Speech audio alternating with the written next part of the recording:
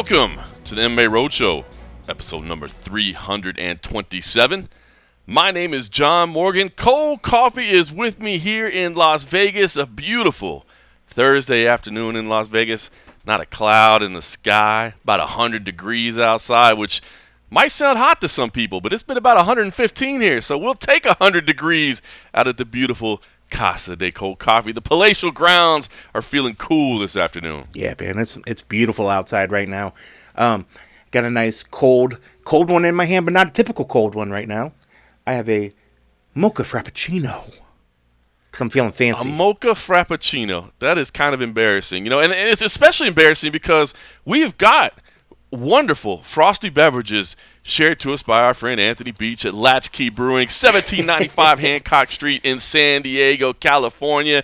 If you're trying to get ready for your Independence Day weekend and you're looking for some a local business to support, so don't give it to the big guy, don't give it to the man. I'll offer up a little something to our fine friends at Latchkey Brewing down there in San Diego, California, and send us a variety pack of frosty beverages, some of the ones that we're used to, some of the ones we know, as well as the new one, the Ziggy Strata Dust, a 3 times dry hopped with Strata hops. This double IPA is 3 time dry hopped with Strata hops, giving it an incredible hop forwardness and nice dankness as well. I don't know that I've seen dankness used to describe anything other than marijuana, maybe on certain occasions. But our man Anthony Beach points it out there. It has got some nice dankness to it. I know you've had a little sample of the Ziggy Strata Dust. And does the dankness live up to the expectations? It does. And the can artwork is absolutely incredible. I love it. If anybody knows the Ziggy Stardust with the David Bowie, you would get the reference of it once you see the can. But yeah, man, it's delicious. And you know what's better than dry humping? Dry hops. And you know what's better than dry hops? Sir, double dry hops.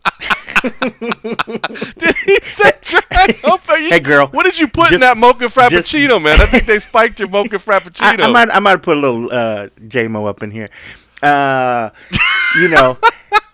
Just a tip, girl. I'm just going to double hop that ass. Double hop, triple hop. Oh, my goodness. Yes, the Family Road Show here. Sponsored no longer by Disney Plus. Amazing. Well, listen, I was going to say the reason I don't have a beverage right now, you clearly are imbibing in beverages. We're both preparing to go somewhere. We're both kind of wrapping up, getting the last second things done. You're heading off to a little family vacation, yes. a little enjoy some off time on this Independence Day weekend. Me, being the guy that I am, I'm going to work more, but I'm looking forward to it, man. I'm heading out to Philadelphia tonight.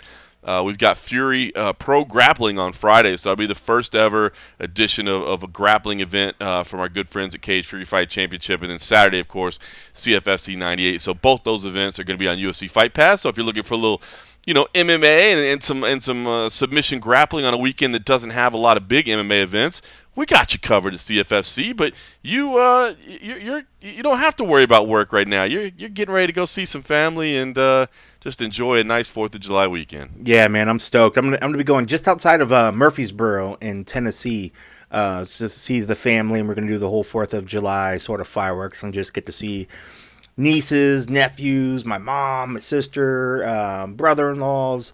Yeah, man, with this crazy schedule that we've been doing, it's just been nonstop, man. So at some point it was just like, you just got to make some time to see family or do what you can do, and this has just happened to be one of those ones. Yeah. So yeah, I'm super stoked to just get out of the heat for just a teeny little bit, see some family, drink some beers, light some things up, blow some shit up. Yeah, man, I'm stoked. Get yourself all ready for UFC 264. Obviously, That's next week's it. going to be a big one. That's going to be a big one too. Conor McGregor. Oh, man, anytime Conor McGregor fights, obviously that's going to be a big one. The media will all be traveling into town. Of course, we'll be at T-Mobile Arena again for the first time since last March. Sold-out crowd. Yeah, it's going to be a big one. So, like you said, you got to enjoy a couple days off. But that doesn't mean the MMA Roadshow takes off. No, sir, 327 consecutive weeks without fail. That's a lot of weeks. To you. So, listen, we said there's not any major events happening. Although, CFFC is pretty major. We got a good card over there. They're taking over Fight Pass. Stuff going on. telling you, bro. We got grappling now too, man. We're going. Who knows what we'll do next, man? Maybe we'll come up with a kickboxing concept too, man. We'll just have it all going on. But who knew that? I don't know. The biggest story in mixed martial arts would be Joe Schilling this week, man, and this knockout video of him knocking out a patron in a bar, and just the divide that it's caused, man. It's been so interesting to me to see the fallout online between, it's like 50%, hell yeah, Joe Schilling, you got to show these idiots that you can't go around acting like that, to the other half of being like, Joe Schilling, what are you doing? You're a professional fighter. You're going to get your ass sued. You can't be acting like that. You can't be behaving like that. I guess, somewhere in between. I mean, I think as a professional fighter, you do carry some responsibility of not being able to just go off and wail on people in the general public. But at the same time, man, the general public has to know you can't walk around and just act like a complete jackass and not expect to pay any repercussions for your actions as well. So I'm kind of torn on exactly where I fall on who was wrong with this and how. I mean, look, legally, I know who's wrong. Joe Schilling's going to get sued for this, man. There's no question in my mind. He's going to end up having to pay some money to this guy. But I don't know, just such a weird situation. I'm going to be honest with you, Kokai. When I first saw the video, I thought it was fake, man. It looked like it was staged to me. It's first of all, I don't even know why there was a camera rolling on this guy. He's just acting like a goofball in a bar. And then I'm like, does anybody actually hang out at a bar with like their shirt buttoned all the way up and their tie tied and the little clip there and just kind of grooving like a complete douchebag? I mean, not to pick on the guy too much. And then Joe Schilling happens to walk by in a Joe Schilling t-shirt, and I mean, does Joe Schilling really walk around in a Joe Schilling t-shirt all the time? That kind of surprised me a little bit. And then I don't know, he just kind of wailed on the dude without too much provocation, I guess is the word I'm looking for. Now, he's come back and explained kind of what happened. I don't know that it was the greatest explanation of all time, but I don't know, I'm torn on this because I think Joe's right. People don't have to feel like they can just be douchey and flex on people like the guy did, but at the same time, I don't know, man, if you're a professional fighter, like, don't you have to have a little bit more of a fuse, I guess, man, a little bit longer limit, because I think he's about to get sued, man. Yeah, I mean, if your life isn't in danger and somebody doesn't lay hands on you or doesn't risk you at bodily harm or where you're actually defending yourself, they could say whatever the hell they want to you. They could call you the nastiest things in the world. They can talk trash about your mom, all that other stuff. Does that mean you deserve an ass whipping? Sure. Does it mean that you can give the ass whipping? No, you cannot. Can you defend yourself? Yes, you can. If it is a life-threatening altercation, you can defend yourself. That is your right. But that being said, anybody that handles firearms, handles all kinds of other stuff, you have to be you have to know that what you do has life-changing ramifications. Granted, this is a little bit different because this is hands, but most of these fighters are considered deadly weapons. But still, you could hit somebody could fall, hit their head, die, and you are going to jail more than likely for manslaughter. If you can turn the other cheek, and if you can walk away, you turn the other cheek, you walk the other way. I'm not saying if somebody lays hands on you and is assaulting you, defend yourselves by all means. And if it is life-threatening, do what you need to do to equalize the threat, to stop it, to make sure it cannot hurt you or your loved ones. But that being said, Joe knows that if a fight can be avoided, a fight can be avoided. If a guy's drunk, if a guy's being an asshole, he's being drunk and he's being an asshole. It doesn't mean that he needs to get his lights knocked out. Even if he comes and steps in your face, you have the ability to walk away from it.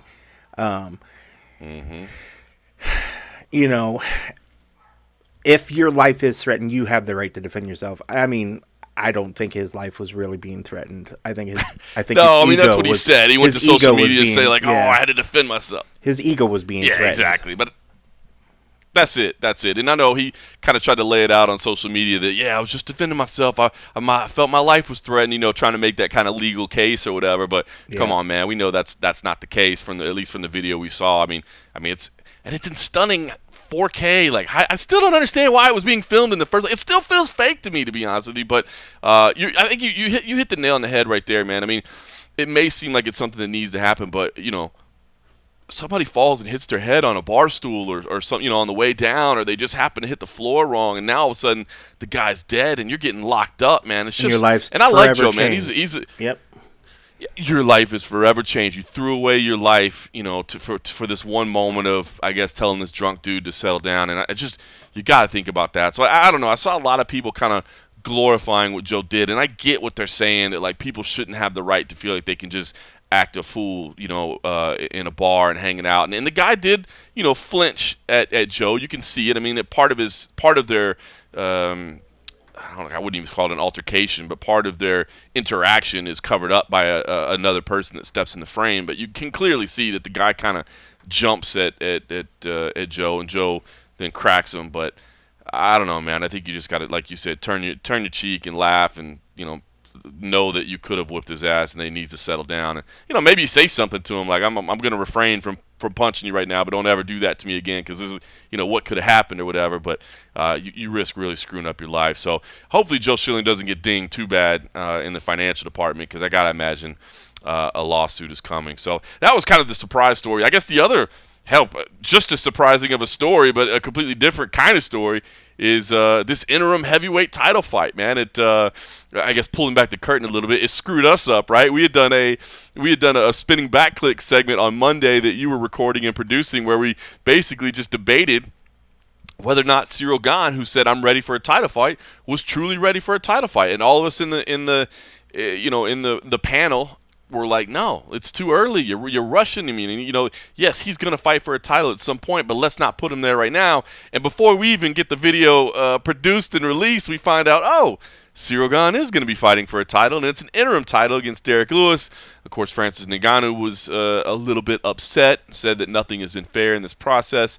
And his manager, of course, came out and started kind of going in on Dana White a little bit. And so there's a lot to take in here. I guess just the first thing I wanted to say before I get your thoughts is this is the reality of the business now. I mean, I know that that's not exciting to say, and I know a lot of people were like, oh, damn, the UFC, how could they do this? I'm just going to say, look, of course the interim title fight makes no damn sense whatsoever. It makes no sense. We do not need an interim title in the UFC's heavyweight division. But what we do know is that the UFC had a date planned in August in Houston. And this was part of a sponsorship type deal. It's part of the presenting sponsorship with the city of Houston signing these kind of site fee deals that they've done for years and years and years. It's why they partnered with the Brazilian government for a couple of years, while we were going to random cities in Brazil 7 times a year at one point, because the Brazilian government was paying for it. And the city of Houston was working out a deal as well. You saw this economic impact study that the UFC put out recently, and it's because they were partnering with the city of Houston, and they showed that, hey, we can generate revenue. So anyway, that's what's going on behind the scenes. That's the reality of the business. The UFC needed to put on an event in August in Houston, and knowing that, they needed a good headliner. Not that, Amanda Nunes versus Juliana Pena isn't a great fight, but it's not going to sell a ton of pay-per-views, if we're being 100% honest. So you need to sell pay-per-views, and you need to fill that arena. And how do you fill an arena in Houston, Texas? Especially when the UFC just came there not too long ago with a really good card. You got to have Derek Lewis on the card. Now, ideally, you'd like to have Francis Ngannou in that fight, but Francis had just traveled to Africa. He wasn't ready to go, and that's every bit his right to not have to, show up in August if he's not ready to go in August. That's fine. There's nothing wrong with that. But the UFC still has to put this event on. So they come up with an interim title. The interim title makes no damn sense whatsoever, but I don't understand some of the outrage of it. I mean, it's just a marketing tool. It's just an opportunity to put a fight. And look, it gets Derek Lewis a paycheck. It gets Cyril Gane a paycheck. If Derek wins, he still gets the fight with Francis Ngannou that he thought he was going to get anyway. If Cyril wins, man, now you're talking about this, crazy story, this, Cyril and Francis coming out of the same gym and having a bit of a fallout with, Francis having a bit of fallout with Fernand Lopez, who's still Cyril's coach to this day. So there's a little bit of the coaching rivalry in there. So at the end of the day, I think the interim title is stupid, but I don't really feel offended by anything that's happened here, especially knowing what's going on behind the scenes. And it's just part of business. Yeah, I mean, the thing for me is, Cyril and Derek would have been fine for me to watch it as a heavyweight main event anyways. For me personally, I don't need the interim title to make it more exciting for me to want to watch it. I get it if, the UFC has been stuck on this idea that pay-per-views almost always have to have like this title fight if they can, It's like they think people aren't going to want to buy the pay-per-view if they don't. It's just unfortunate that at one point the interim title, you're right. Now it seems like it's like just a PR ploy just to do whatever. But at one point it did seem to mean something because it was a stopgap when there was a legitimate reason for there to be a title fight. But for some reason, the current title holder couldn't do it, whether it be injury, whether it be some other sort of freakish obligation that they had to make an interim fight. That has gone away, and now you have this. Oh well, right now we can't come to grips with the current title holder, but we're going to move ahead because we have our own plans and we need to get this thing done, and we don't think that we're going to get the buys unless we have a title. So we're going to create this interim title, and we know that they'll have to fight afterwards to unify the belt. It's just sad because some people still. And a lot of times it's the fighters still feel in their minds, they're like, yes, here I am. I'm getting finally to fight for the title. Whereas now us on the outside, I feel I'm so getting desensitized to what is even this interim title because now it's just a stopgap. It doesn't mean what it used to anymore. And I feel bad for these fighters that... I love Derek, and I'm so happy that he's getting an opportunity to fight for what is the title. But it's such a sham in the same sense that, 1 month later, they could have fought, and Francis would have been fine to fight. He's only had the belt for what, like 3 months, 2 months, something ridiculous. Yeah. The fact that they're already trying to rush to force him when. The guy just won it. Let him do a victory lap at least, for Christ's sakes. Stop rushing to push something just because you had to get something out on the books. People, they don't trust enough that people would have been happy to watch Derek and Cyril fight regardless in a headline event. They don't trust the fact that their fighters carry enough weight. They think that they have to have this title thing, that it's going to make people all of a sudden... want to watch the fight more. If anything, you alienated people and you pissed people off because people are like, dude, what are you doing? Because they just fell in love with Francis. They were falling in love before. If they're not already, they're falling in love with him. And now you're trying to strip his power, trying to strip some of his mojo away just so you can have another pay-per-view thing, and then thinking that, okay, well, now we're going to have these two heavyweights going at it to unify the belt, and create some other little thing. It's just weird, man. And it's just, they've ruined even the sense of what an interim used to mean something. Now it is nothing more than, oh, hey, it's a pay-per-view card that needs to have a headliner. It's just sort of weird, man. It's interesting, right? Because you bring up some really good points that I do think like the value. I mean, even the interim belts, which I always say the interim belts never meant anything anyway. Because you look at most people who get them, the first thing they do is like throw them on the ground and say, "I don't even want." Look at Justin Gaethje. He's like, "I don't even want this. I want the real one." It's like, dude, that is a belt. Like it does count. You know what I mean? But so you're right about that. Like the value, if there was any, is gone. But it is funny when you look at it because if I hear what you're saying, right, you'd have been totally fine with, Derek Lewis versus Cyril Gane as a main event of that pay-per-view, or even, I guess, maybe a co-main event of that pay-per-view. Because if it wasn't for a title, see, that's what I'm seeing is interesting, right? Because the marketing view of, okay, we got Nunes and Pena for the belt in the main event, and our co-main event is a big number one contender fight between Lewis and Gane. The winner gets Francis Ngannou. That would have worked. That sounds good, but when that you're would like, work. Well, that's what I'm saying. But I guess that does it work for the common fan versus flipping it around and going, our main event is an interim heavyweight title. And your second title fight is Amanda Nunes versus Juliana Pena. To the common fan, even though that's literally the exact same two fights, right, with literally the exact same stakes, because the winner is going to get Francis Ngannou. To the casual fan, does that seem like a whole different event and therefore I'm more willing to spend my $50. That's true. Nowadays, I wonder, is there even really still casual fans? You're either a fan or you're not. I feel like casuals only come in when Conor McGregor fights. Then you get the people that are like off to the side that are like, hey, I'm going to pay attention to the UFC. When you got like Amanda Nunes, Juliana Pena, Derek, and Cyril Gane fighting, the people that are going to tune in aren't casuals by any means at this point. Maybe the people That's locally. True. Those are two hardcore fights, right? Maybe the people in Houston that are going to go watch the fight. Maybe you're going to have some stragglers that are like, oh, hey, this is going on in town. Let me go watch it. That would maybe qualify as like a casual. Nowadays, what was a small niche sport has gone mainstream. It's not as big as the other ones, but I feel like now, especially with this fight, this isn't something that casuals are going to tune into. It's still going to be people that have been following the sport, that are involved with the athletes. And I think those people would have been fine if it was completely the other way. If it was Amanda and them first, because those people are going to understand. They're going to be like, that's a legit title fight. This is the battle to make sure that this is the person that gets it next, and there's no ifs, ands, or buts about it. This is the number one contender fight. This is the guy that was slated to fight the current title holder. They couldn't make it work, and this is the other guy that everybody was like, "Oh man, this is the guy that's also going to give him a run for his money." Yeah, you know what I was just thinking is you're saying that. Because what I laid out, the difference in pay-per-view price, the difference in pay-per-view sales, I bet that's what the UFC was thinking. It's like, hey, it'll carry more weight if we make it an interim title, and then we can make it the main event, because we can't make it the main event if it's a non-title fight. But what you're saying is so true. You could sell that so good.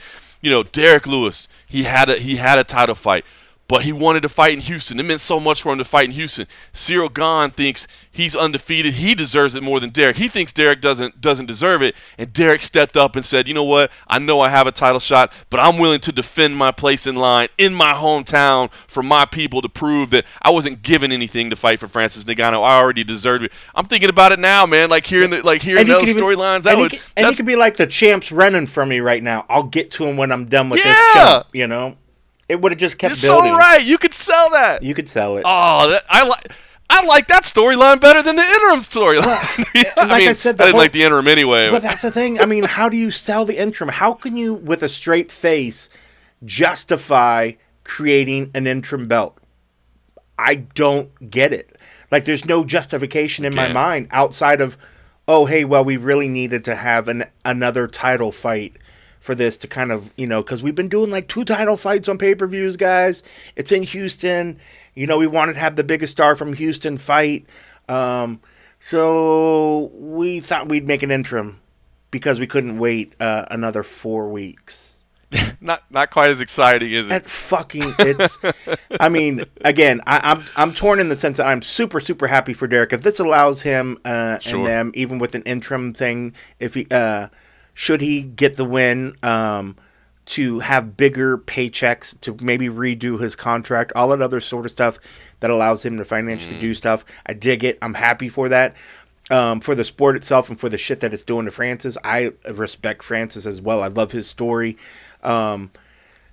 Jesus, fuck. Just let him have his victory lap and then let him fight. The fact that we're talking about a matter of weeks, before when he was ready to fight, they were ready to go in September. Was it September 25 was what they were targeting? September 24th? Something roughly around those lines. It's just, I understand from the business aspect why they're doing it, but as a fan and as somebody that respects both parties involved, it's shitty.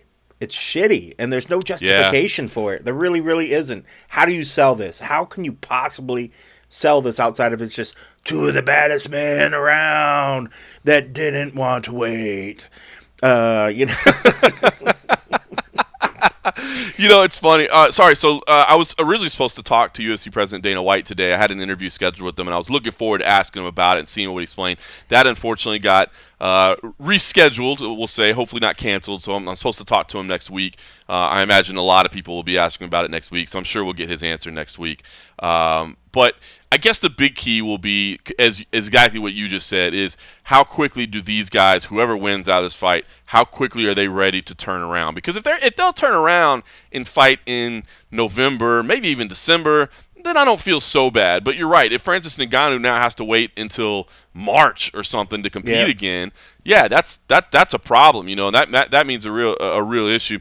The last thing I want to ask you about this, and because as a former UFC employee, I guess we should say that Francis Ngannou's agent, if anybody didn't know, is a former UFC employee. I believe he worked in sponsorship and advertising packages. Do you think that plays into any of this at all? Like there's maybe some beef, or because I will say this. I will say this. It started to get a little nasty online, and I thought, you know what, this is not going to help anybody if this thing gets into this, this personal back and forth stuff. It goes back to kind of what we've been talking about with John Jones all this time, right? Like, hey man, take these negotiations behind closed doors, because if you're trying to negotiate this stuff out in social media, it ain't going to work out good for you. Yeah. I thought maybe, if anything, Markel felt more emboldened to stand up for himself, being a person that, had worked with him before and, wasn't afraid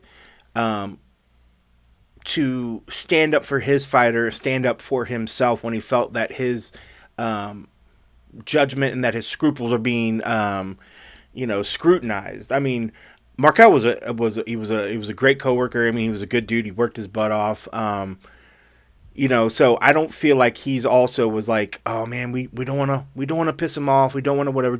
Let's just do what we need to do, and we'll get the next contract, and then we'll do it. He is in a position where I think a lot of us, when we're left shaking our heads, like, why are they doing what they're doing? Why could they possibly be doing this? He's in a position to actually do something about it, in the sense of, you could either just say, okay, you're right. We're just gonna go with your timeline. We're gonna do it. Okay, I get it. Or you can be like, no, I have a chance to say, no, sir, we are not going to accept that. This is what we want. This is what we're owed. This is what you need to do. He's in a position to stand up for himself and to stand up for his fighter, and that's what he's chosen to do. And I don't think what he's doing is being, crazy or shifty. I just know that if he really wanted to, if he'd been at any of the old holiday parties and other stuff that I went to, he has plenty of dirt about the company that he could bring up, and he's chosen not to. So for him to be able to stand up for himself and to do it in this manner, he's doing it fine, and good on him for standing up for himself and standing up for his fighter. And he's not going low. He's not being shitty about it. He's not bringing up stuff that it's just like, okay, you're just bringing this up to be a dick. He's chosen the high road, and he's standing up for himself. I was going to say, I felt like it was about to go there, though. That's what I guess I was worried about. I was like, oh, let's see what direction this is going to go in. It was good on him to hint it and say, hey, you're not the only one that can say shit. Like, I can bring stuff up as well. Like, defame me. Say I'm doing something shitty. I can do the same. And once he said that and he started using just a little warning shot. Yeah, little warning shots. I was just like, oh, okay. But good on him. He was a good dude. Do you know he was on was it The Bachelor at one point? He was on like The Bachelor. That's right. I remember he was on The Bachelor back in the day. I remember because he was able to take time off of work for it. And I was like, man, I wish I could take time off or something. But ain't nobody want me on The Bachelor. They'd have to have a show called like the the Buffet Dudes. Like, put him on the Buffet Dude show. How many churrascarias can he eat in one day? And then what hot chick wants to get with him? None. Well, while he's got the meat sweats. Well, yeah. That show premise could go really far. We could have fun with that one. All right, well, listen, those were kind of the biggest stories, but there's others to talk about as well. But listen, I had a chance to do some interviews this week, and I wanted to share those with you. First was with UFC Hall of Famer Bas Rutten. He was actually promoting Karate Combat. Season 3 of that show debuts tonight, actually. If you're listening to this on a Thursday, it's tonight. If you listen to it on Friday, like I'm sure a lot of people do, it will have already aired, but I'm sure you can find the replay and highlights of it online. But Karate Combat Season 3, Cole Coffey and I had a chance to go to a Karate Combat event at one time. They're unique. unique. They're fun. It's in having Boss Rutan involved is a big thing, and they also got Lyoto Machida and George St. Pierre involved as brand ambassadors as well. So they're trying to do big things, moving over to the CBS Sports Network. But of course, if you get Boss, on the phone or on a video call as it may be, you're going to talk to him more than just about karate combat. So we talked about just kind of the state of combat sports, and he's always a sharp mind that's been a part of this community for a long time, a lifelong martial artist, an incredible fighter, man. If you never got a chance to see Boss, during his glory days, man, I understand if you're a newer fan to the sport, you might never seen it. It's worth going and watching his highlights, man. This guy was an absolute stud, and he's done great jobs with commentary and broadcast and stuff since. So, and the dude's just high energy, man. You can't beat him. I don't know if there's a more fun dude to be around in the sport, man. He's just nonstop. So here's my conversation with Boss Rutan. UFC Hall of Famer Boss Rutan. I mean, listen, Boss, I know you've had a lot of honors over your career, and I know it's been 6 years since you went in the Hall of Fame, but is that still a cool honor to hear, man? I mean, the biggest organization in the world says you're one of the greatest to ever do it.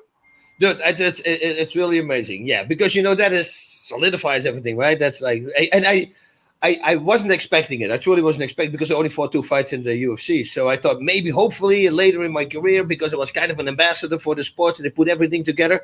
And then Dana said, no, we judge you on every single fight, also the fights in Pancras, because I beat some UFC champions that came over to us. So, that was unexpected and was very welcomed. Yeah, no question about it. The Pancras area, I got to be honest with you, Pancras is what kind of launched my love for MMA, man. Such a wonderful organization. Do you feel like sometimes maybe they don't get the respect or the knowledge? It seems like only the hardcore old schoolers really know what that era was about. Yeah, I think that if you look how many guys from Pancras became UFC champions, it's pretty freaking gnarly. We were a small organization, well, a big organization, but compared to prize fighting champions, for instance, we were not as big. But, that little group of guys, I mean, we had like 6 or 7 UFC champions in a very short amount of time, all before 2000. You see, so I think they did something right. And I truly believe it's the rules. I always wanted to fight without shoes and without everything. It was kind of modified for the Japanese fighters. They're really good with leg locks. Striking is a little bit less. Okay, let's do open hand strikes. You can still put chokes on. Let's put shoes on. Nice for leg locks. Oh, I already said that. But you see, it was kind of tailor-made for that. And but what the great thing was the rope escapes. And the people go, yeah, but that's not real. I know. But if you treat it like, if you would take a rope escape, in my feeling, I would have lost. That's how I would treat it to myself. But now the fight continues. So what happens is, if you look at my submission victories, I have 15 submissions, I believe, or 14, and like 12 knockouts. But from the 14 submissions, I have like 41 submissions. So what happens in a fight? Yeah, you get somebody in a submission, but he can't touch the rope. Now you restart the fight on the feet again. That's a second fight. So you have more ring time. I had one fight that I had 5 submissions. That was the total amount. 5 submissions in a half-hour fight. That was a 27-minute fight. I broke my hand. See, that was the first punch I gave. I broke my hand. But I submitted him 5 times. Well, that's 5 fights, because after a submission, every time you stand back up, so you have more ring time. And I truly believe that's why these guys were so successful later in the UFC and in prize fighting championships. I tell you what, man, it was a great era. I encourage anybody that never watched it to go check it out. Guys like Funaki and Suzuki, I mean, they were amazing fighters. And, of course, obviously, you had a lot of great success. Boss, how much – are you still an MMA fan? I mean, I know you don't have a weekly show to break down where you have to watch everything anymore. So, I mean, do you still watch a lot of MMA? Yes, I still do. With my students, I like to join them if they got a pay-per-view or something. It's always fun, because then everybody gets rowdy and talking. Some of the female students, they go completely crazy. Fuck! That's great. It's so funny. I go, wow. And in class, they're like really, really timid, and then you see them completely change. So, yeah, no, I do. And especially the shows. I'm looking forward, of course, to next week, McGregor-Poirier. I'm really looking forward to that one. Yeah, no question. What do you think, Boss, about the kind of the era that we're in MMA? I mean, this is I feel like a lot of people call it like the entertainment era, right? I mean, I think if you were a showman for sure. I mean, obviously, the kicks in the ring, and you played to the crowd, but not like now where there's so much trash talk, and obviously social media is a big thing and all that. Yeah. What do you think? Is it good or bad? Because I mean, the sport's certainly growing in popularity, but then I hear people too that say, yeah, but we're getting away from what made it what it was, which was really about, the fights themselves and the athletes and the skill and that sort of thing. What do you think about the era that we're in now? Well, we're in that era. There's nothing you can change about it. So you can complain about it, but guess what? It's like bad people in traffic. I get very aggravated about it. But guess what? It will never change. So either I change and accept it, or otherwise nothing is going to happen. And that's the same with here. These guys, well, it is here and it's entertainment. And yes, sometimes it goes too far. I think so. I think you should leave family out, religion out. All these things, you should leave it out. And sometimes it just got heated up. But the fighters, I mean, you can't really blame them, if they can't put a lid on their mouth.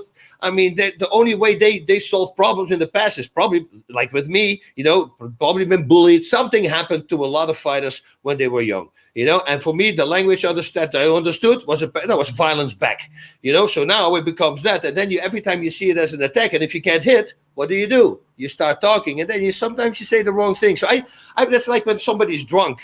And he says the worst things. Like if Reese Witherspoon one time got stopped drinking and she told the cop, "Do you know who I am?" Dude, and then people shitting on her pretty much. And I go like, dude, how many? That would be a nightmare for me. I would wake up in the morning in Japan and I would, with a big hangover after the fight, and I would knock on the door for my buddy. And I look at him, I go, "Did I say it?" He goes, "Oh yeah, you said it." Please, because then we could go into a bar and then you try everything, and eventually you're gonna go, you should hook me up. I go, it is so stupid, but you're drunk, and let it go. And that's what the same as fighters when they're aggravated, they can't punch. Well, they start saying things. So give them a pass. I love it. How about this, though? You talk about this as just the generation that we're in. What about this? I don't even know what to call it. Are we calling it celebrity boxing or these influencers, that are getting into it? Because I think the argument is, some of these, like the Paul brothers, they look like they're taking it really serious. They're actually training. But I think people are frustrated because you say, well, how come they're going and making millions? And then we got fighters that have dedicated their lives that are making, thousands. What do you think about this? Is this something we just have to accept as well? Or does it frustrate you at all? Well, no, absolutely not. I think the Paul brothers, first of all, they take it serious, like you said. I think they're doing great. And they have an enormous audience. They did that. If you can't complain about it, why don't you do the same thing? Start a YouTube channel and get a lot of followers. Guess what? Then you can do exactly the same thing. That's the same with McGregor. People go like, well, but look at him and he makes all that money. Yeah, well, be like him. Good luck with that, by the way, because he's a master in promoting, and that's the same with the Paul brothers. They built themselves up for years now, but finally they're at the peak of their career, and now they found a way to do something what they love to do, fighting, boxing, and they're actually doing pretty well. I got the huge respect for those guys. The way against Floyd Mayweather going the distance, in my book, that's pretty admirable. Yeah, no question about it. I agree. You kind of just got to respect what they're doing. All right, let's talk about what you're doing these days. Karate Combat, Season 3 debuting July 1st, CBS Sports Network for the first time. You've been with this organization for a while. So talk to me, boss. What was it about, this organization or the sport in itself, the rule set? What is it about it that drew you in? Well, they called me all the way from the beginning, and they said, "Hey, we need an ambassador for the sport. And since you come from karate background, would you like to be our ambassador?" I said, "For what is it?" They said, "Well, it's in a full contact karate league." I go, "Whoa, okay, don't say anymore. I want to do it." And then I found out the pit and the way it's shaped and the way we're filming. That was all add-ons for me. That was the icing on the cake. But since it was one of my first sports, my second actually, I only did taekwondo for like 2.5 months, and then I knocked out a bully in school, and my parents took me off. But then the next sport for me when I moved out of the house was karate. It was a Shintai karate. It was a form of karate.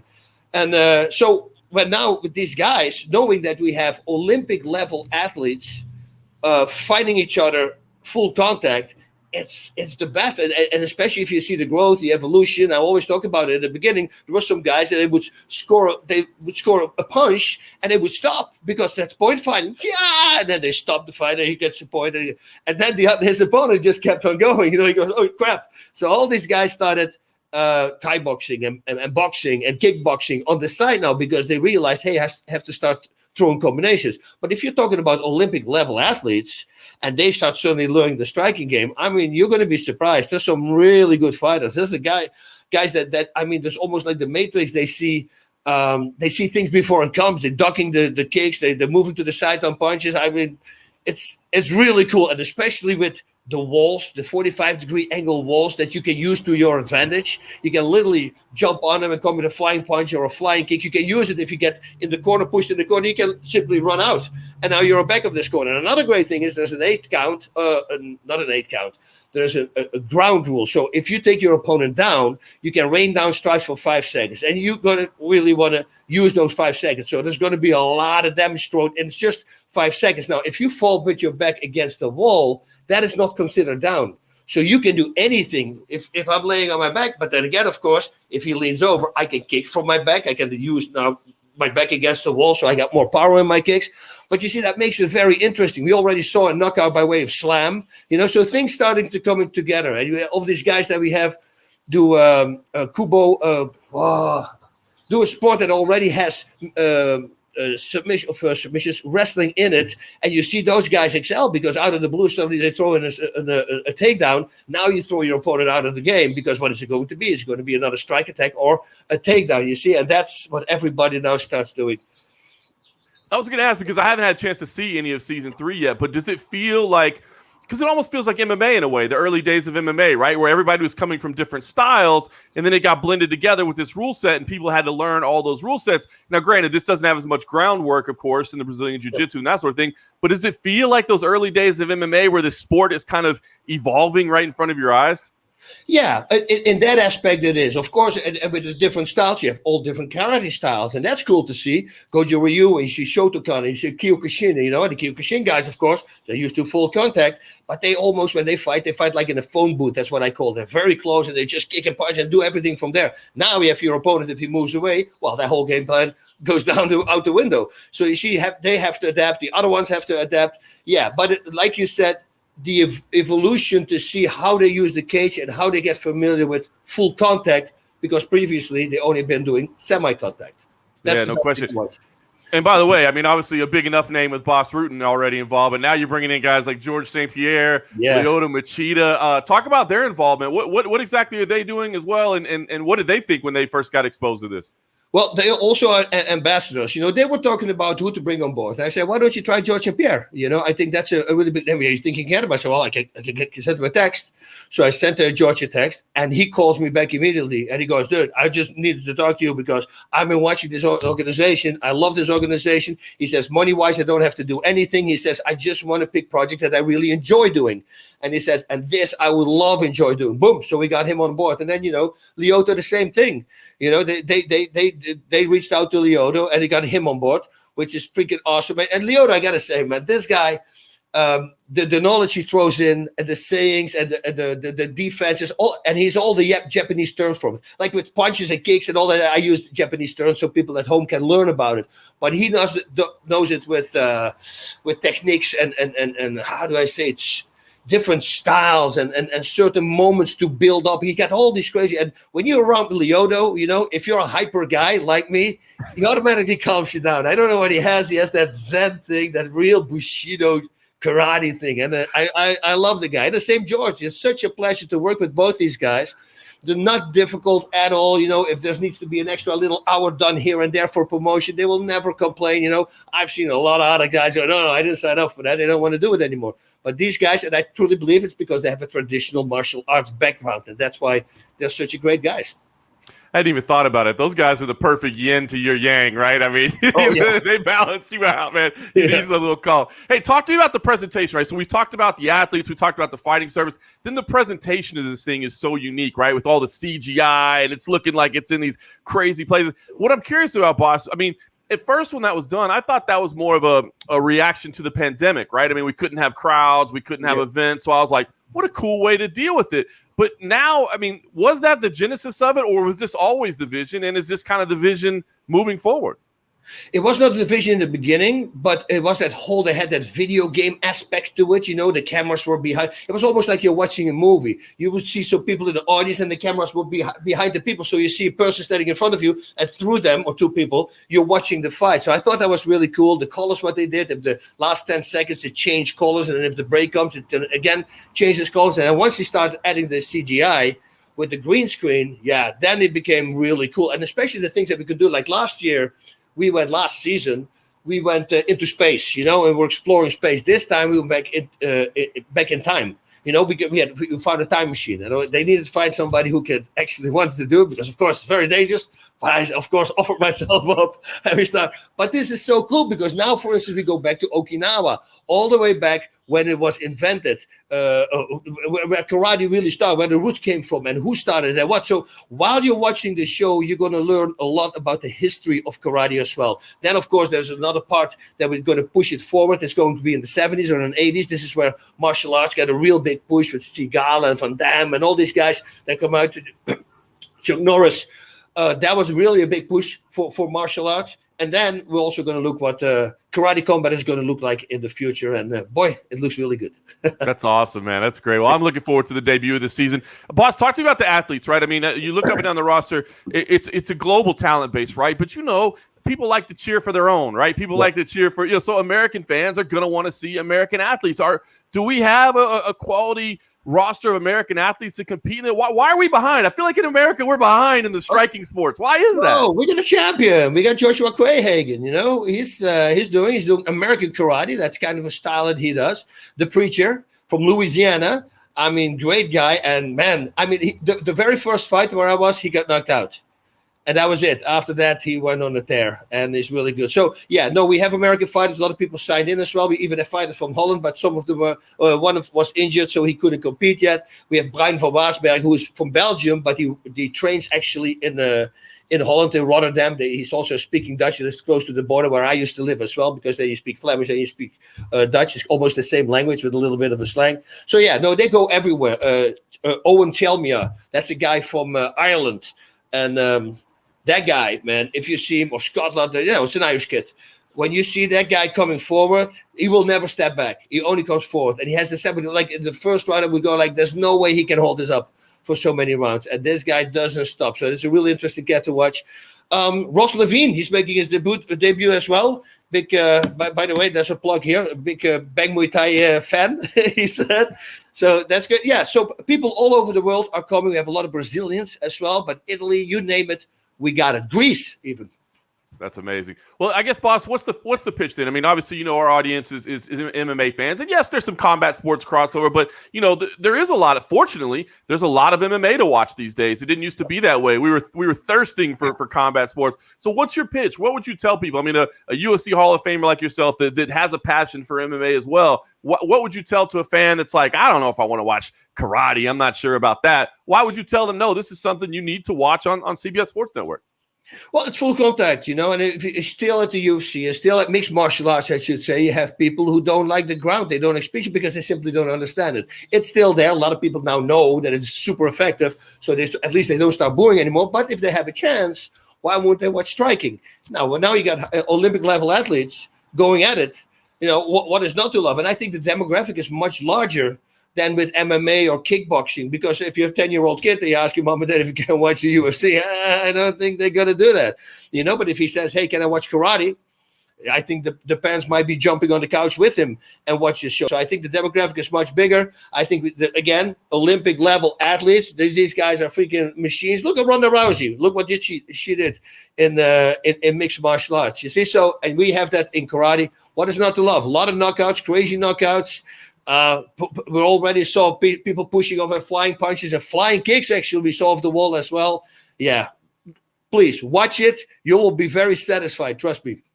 I love it. Boss, you said you're looking forward to UFC 264. So before I let you go, any early leans on this big fight, man? Dustin Poirier, Conor McGregor 3, the trilogy, one apiece. Big fight. I know everybody's tuned in. What are you thinking? You got any early leans on this one? No, I never like to make a prediction because I just like both guys and any fighter who steps in, and it's always it's hard when you put one out or point one out. But, the things that you have to work on, like for McGregor, I would do more head movement after I strike because sometimes you get caught, like all the way in the beginning. I think Dustin threw a jab, he countered it with a cross, and then Dustin countered that with a cross. Now, if this training camp has been looking at that, they might start doing that more often because the cross is kind of coming from McGregor because he's so highly successful with it. Well, if you know it's going to come, you can also find combinations and counters for it. Single kicks, that's Poirier. He throws a lot of kicks out of the blue. I think it's a very dangerous thing to do, and especially now because he probably wants to go after that leg again, but set them up with strikes because McGregor's accuracy is so perfect. If he just throws single kicks, he's going to get countered. Like the show Inside MMA, we did 431 shows, and every single week we had highlights around the world. And every single week, at least one person got knocked out because he threw a single kick. And every single week I was shouting, no single kick. They actually make T-shirts, and people are still doing it. Why not setting it up with some strikes, because otherwise you're going to get knocked out. Proof is in the pudding. So Poirier has to watch out with that, to throw these nice and loose kicks. I wouldn't do that. Set him up with power strikes, because then you put him in a defense, and that's when you can start kicking. So, it's all about who's going to connect and who's going to enforce his game plan. Is McGregor does he have a different stance? Is more an open stance? If he's a more open stance like I have, well, you can't give the calf kicks because then you're going to kick the shin bone, So we're going to have to see the adjustment that he made. Is it enough time to make those adjustments? Because most of the time, like Mike Tyson would say, it might work, but until he gets hit and feels uncomfortable, and then they shoot automatically back into their old style that they've been doing for such a long time. So, that's about it. I think that Poirier needs to be a little bit more tight with his punches. That's what I would do. McGregor should add some hooks to his repertoire. He uses a lot of straight punches, but a hook here and there I think will be very effective. That's beautiful. That's a great breakdown right there, boss. I miss Inside MMA, man. That was such a fantastic show. Yeah. And it's because I love hearing stuff like that, man. Great breakdowns from you, boss. But we don't get Inside MMA, but we got Karate Combat Season 3 debuting July 1st, CBS Sports Network. Make sure you tune in. And, boss, this was great. We'll have to do it more often. I appreciate it, my man. Godspeed, John. Thank you for having me.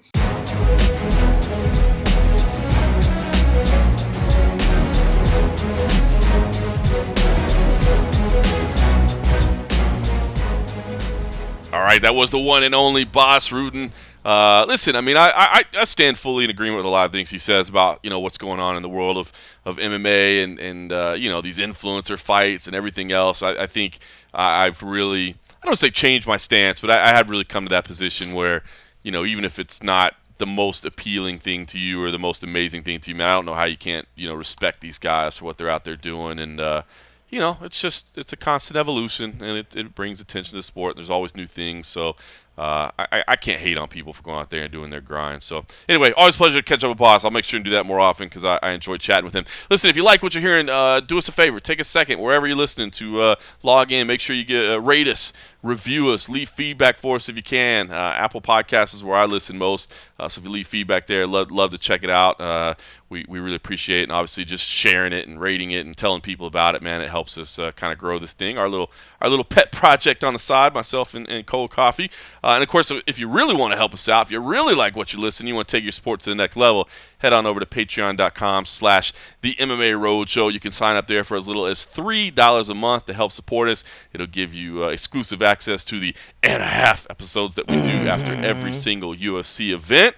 Of course, no UFC event this weekend, so we'll take a weekend off from the and a half. But of course, we're always interacting with people over there. It's kind of a fun little community that we've done. And of course, that takes us straight into the Q&A section this week from our friends over at patreon.com/the MMA Roadshow.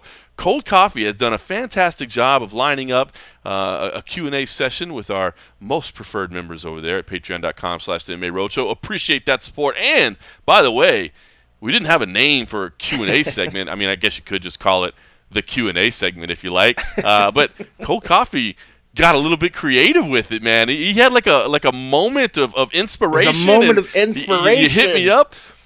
I'm telling you, man. You hit me up. You were like, dude, I came up with this, and I maybe it's crazy, but I don't know. I think it's good. And I heard it, and I said, you know what? That is clever, Cold Coffee. So would you like to drum roll, please, official?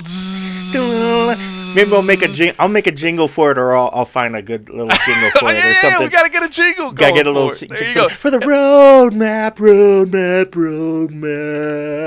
That's not how the jingle is gonna go, right, by any means. But yeah, so we talked about the roadmap, and the roadmap being like, when you're driving along the road, when you're going forward, you look at the map, you're like, where are we going to go to next? What direction are we going to go? And I was like, man, we have these people all over the world, from different locations with their thoughts and their desires and where they want to go. And I was like, just let them steer the ship. Let them point the direction. Let them tell us where we're going to go. put us on the map, tell us where to go. So that's what the idea was deep, behind the roadmap. So so we got some submissions. We got some people that said, I'm going to do it. And currently right now the roadmap is only open to the stars and the producers, so the $5 and the $10 level. Yeah, everybody, feel free to always, sort of send us questions and thoughts as a week. We will always have an open door to you guys, but we just want to give a little something extra for those that are giving a little something extra to us. So, do you want to go ahead and pick which one you want to go on first, John? I'll start with the first one we got, man. With Daniel, he said, first of all, thank you for putting this together. And, well, you're welcome, Daniel. You, man, for all the support. Come on, he said, you guys Right. rock. Now, how do you guys see the Ngannou situation playing out? Now, we touched on this a little bit, but I don't think we really touched on where we see the conclusion going. So, you tell me, because I guess the biggest concern is this going to be an ugly battle between Francis Ngannou and the UFC?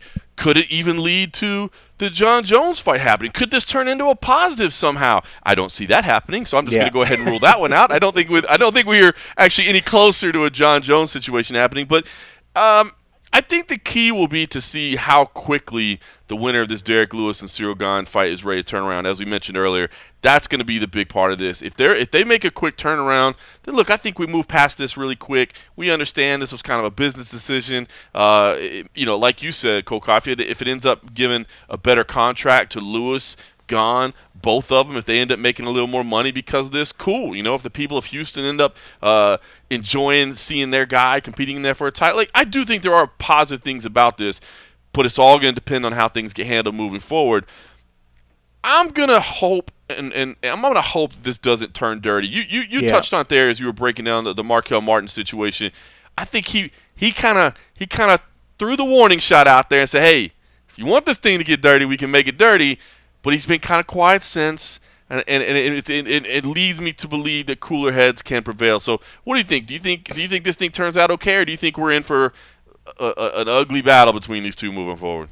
I hope not, but I think you're right. I think cooler heads are prevailing. In fact, I tried to reach out to Mark Allen and was like, hey, man, if you want to tell your story, we have an outlet. We can help you do it. And he didn't respond, and I think that was partially probably him saying, I said my piece.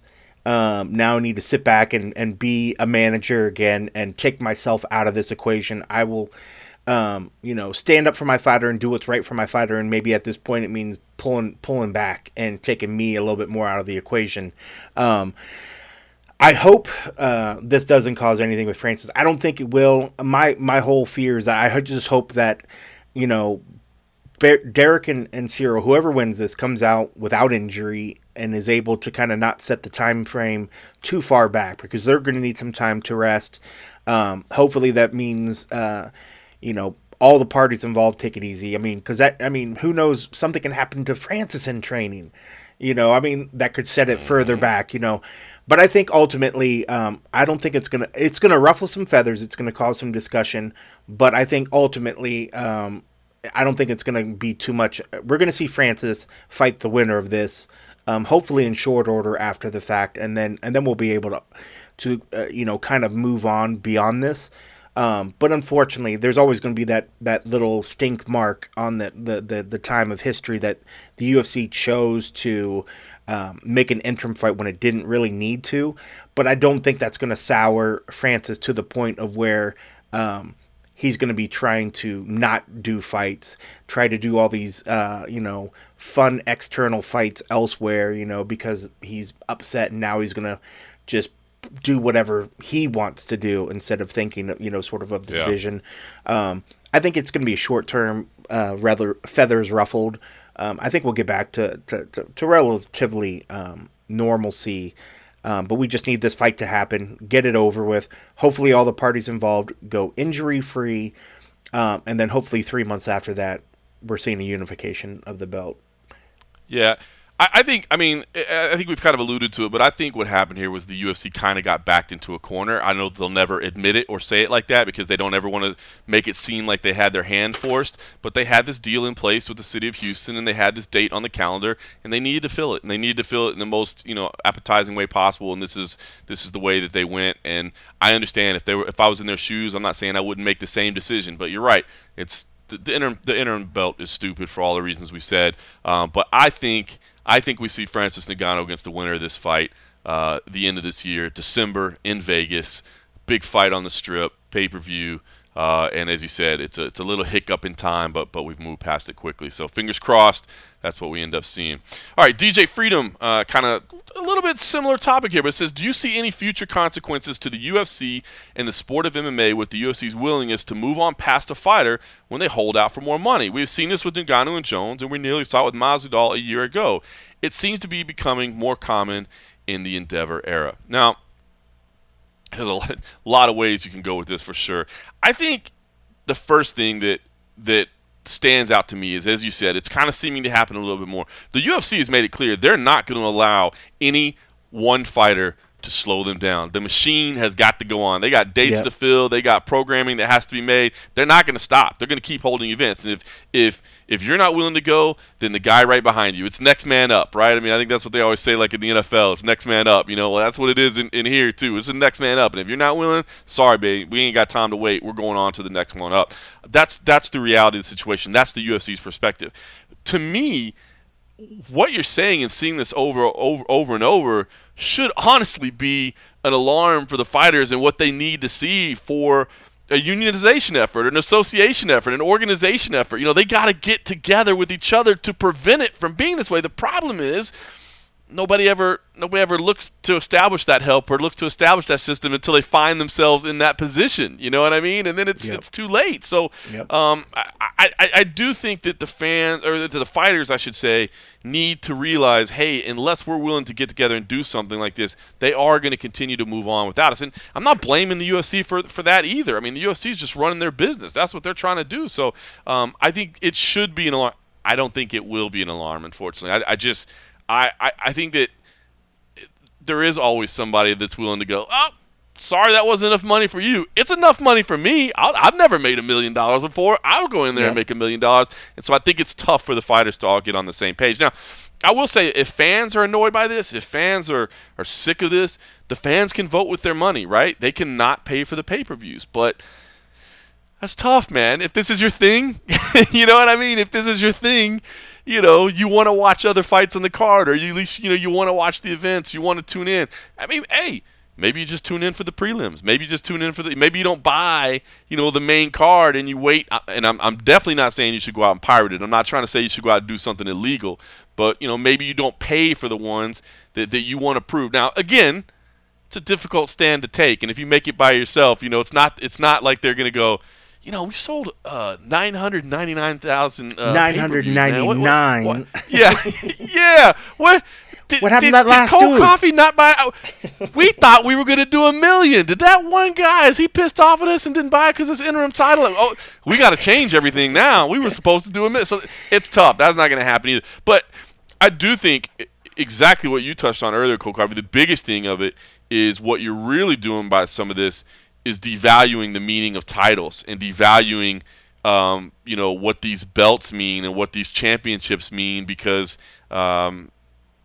you're making kind of random fights to fill it because you're not making the ones that want. I mean, everybody wants to see John Jones and Francis Ngannou right now. I think I can't. I've not heard many cases for why that is not a fight that people want to see. Guys, that just sounds like it won't be fun. It just sounds like it won't be fun. No, right? It's not for me. It's not for me. No, I haven't heard a single one. But I do understand too. Again, the UFC is thinking long term about their business, right? And they're saying, man, if we do give John this upfront money that he's asking for, now every other fighter is going to want this upfront money as well, and that's not the way we do business. We do business, with sharing on the back end with, our quote unquote partners, as they like to say it, when the athletes are sharing in the pay-per-view revenue model. So, I would say overall, the question being, do you see any future consequences to the UFC and the sport of MMA? I'll be honest with you, I don't. Because there's always going to be somebody willing to step up. I think it should be the alarm bells that fighters see and hear to know that they need to get together if they want it to stop happening. But I just don't. I've been covering the sport professionally for 15 years, and I've seen multiple organization efforts over the years, and they just never go anywhere. And because of that, I don't think it's ever, maybe not ever going to happen, but I just don't see it happening. And I don't think the UFC is going to slow down, man. They're continuing to grow. They're continuing to sign TV deals all over the world. I guess the only consequence that I see is that maybe people don't really worry about the belt that much anymore. They don't chase the championship anymore because they're more chasing individual fights that they think will be the most profitable, I guess. I don't know. What about you? I mean, do you see oh my God, what they're doing now is destroying the sport? Yeah, no, and I agree completely. I think you said it great. And the only thing I would say, just to add and to touch on kind of what DJ said there, is that it does seem to be more common in the Endeavor area, but I think that's partially because one, this is the time of TV deals. It's the time of ESPN. I would say it was more of like once we got the big TV deal of ESPN that they really started to try to meet these things. But you can't discount the Endeavor as well, because the UFC has to answer to somebody now. They have somebody looking at that bottom line. Before, they had a little bit more freedom where they could say, okay, are we free to maybe operate at a lesser budget this year because of this? They have to give returns. Somebody else is looking at the UFC. While they are able to operate for themselves, they still have to answer to another company when it comes to expenditures, revenues, and things of other sort. He raised a good point that, is it maybe more prevalent now that Endeavor is involved? It could be. It really, really could be. But like you said, I don't think it's, we're going to see any crazy changes until there is a massive mindset change of all the parties involved.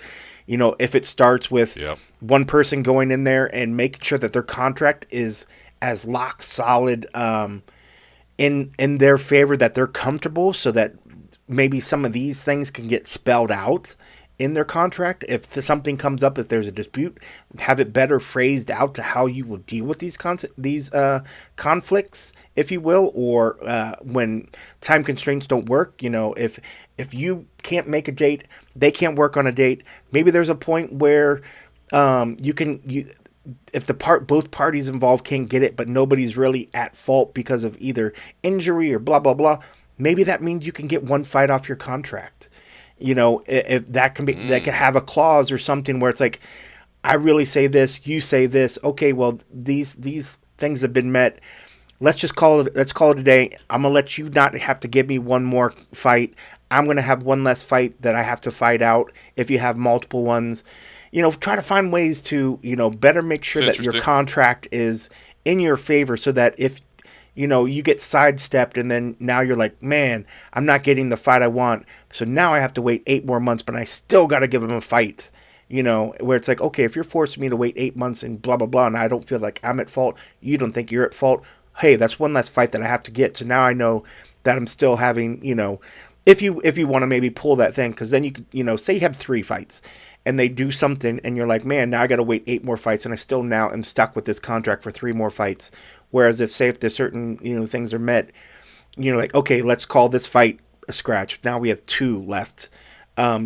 Whereas, if you're not liking the way that they're dealing with you, you're able to get out quicker and you can go elsewhere. If they're not giving you the contract that you want beforehand, that's tough, because you want to fight for the premier organization, which pretty much everybody agrees is the UFC.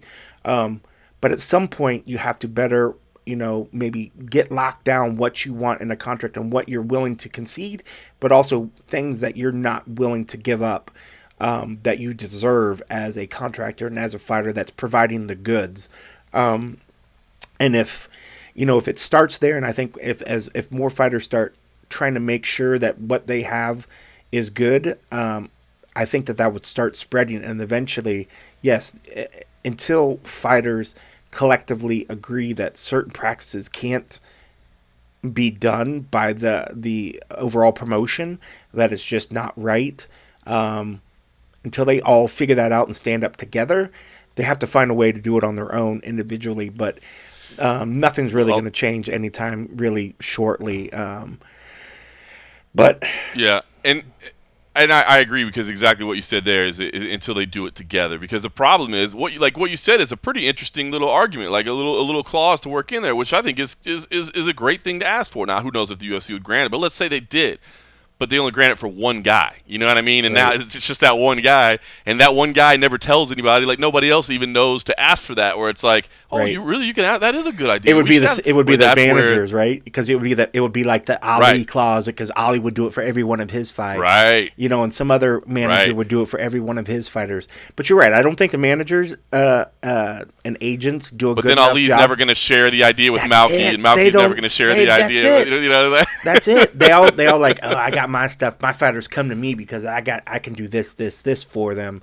Whereas, like, you know, even that could be collectively done differently if there was more of a sort of a brain dump of what's happening and say, you know, just so people could do that. You know, I mean, I think more and more fighters should talk. Nobody wants to talk about pay. Nobody wants to feel like they're making less than others. But if there are things out there that you're figuring out and you're like, man, I wish I figured this out 10 years into my career, that you could save somebody else and be that good bro, you know, that's helping somebody out along their way, I would do that. I mean, I certainly don't try to shit on every fucking fantastic shooter or editor out there that's coming up after me just because I know it someday this person's going to be better than me.